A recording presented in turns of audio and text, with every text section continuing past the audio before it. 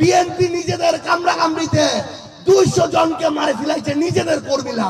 আমরা শাসক হইতে আসি নাই, শোষক হইতে আসি নাই, আমরা জনগণের সেবক হইতে এসেছি। তারেক রহমান 17 বছর পর বাংলাদেশে দোষীল, অনেক আশা ছিল। ও সে কহিল আই হ্যাভ আ প্ল্যান, আমার একটা পরিকল্পনা আছে, খুব খুশি হলো। কিন্তু কয়েকদিন যাইতে না যাইতে তারেক রহমান যাদেরকে বিএনপির পক্ষ থেকে মনোনয়ন দিছে, খাতা কলমে প্রমাণ হিসাব করছে, এর মধ্যে 15 জন হল ঋণ খেলাপি। ঋণ খেলাপি মানে কি? ব্যাংক থেকে লোন দিছে, লোন লেহেনের টাকালা মারে দিছে আর জীবনও দেয়নি। ওই 15 জন ব্যাংক থেকে যে টাকা মারে দিছে, কার টাকা? জনগণের টাকা। কার টাকা? ভয়ঙ্কর কথা। ওই 15 জন মিলে ব্যাংক থেকে জনগণের 6000 কোটি টাকা লুটপাট করছে। আমরা তারেক রহমানের কাছে জানতে চাই, জনাব তারেক রহমান, আপনার পরিকল্পনা কি?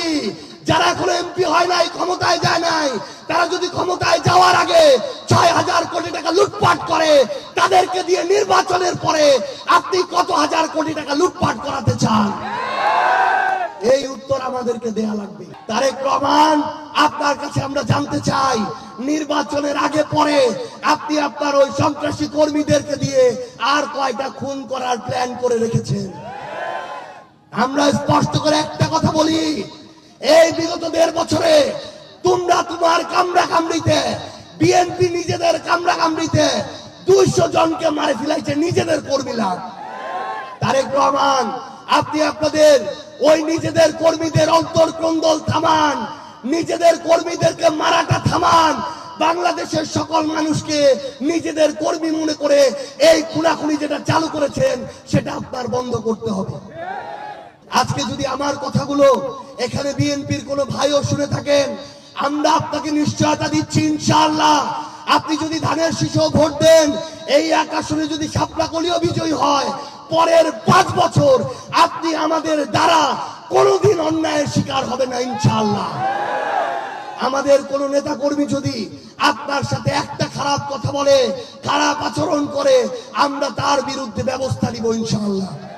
আমরা কামরা কামড়ির রাজনীতি করতে আসি নাই, প্রতিহিংসার রাজনীতি করতে আসি নাই। আমরা জনগণের জন্য কাজ করতে এসেছি। আমরা মনে করি এই পদগুলো নেতাগিরি করার জায়গা না, এই পদগুলো মহান সৃষ্টিকর্তার পক্ষ থেকে একটা আমানত। আমরা এই আমানত রক্ষা করতে এসেছি। আমরা শাসক হইতে আসি নাই, শোষক হইতে আসি নাই, আমরা জনগণের সেবক হইতে এসেছি।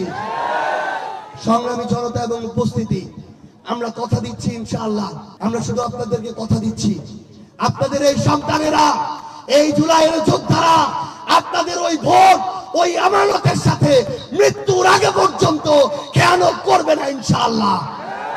আমরা আমাদের জীবনের শেষ রক্তবিন্দু দিয়ে আমাদের সহযোদ্ধা, আমাদের শহীদদের সামনে রেখে, আমাদের শহীদ শরীফ ওসমান হাদি ভাইদের সামনে রেখে, আমরা আমাদের ওই আদর্শকে সামনে রেখে মানুষের জন্য, ইনসাফ প্রতিষ্ঠার জন্য, এই পঞ্চগড়ের জন্য জান দিয়ে কাজ করে যাব, ইনশাআল্লাহ।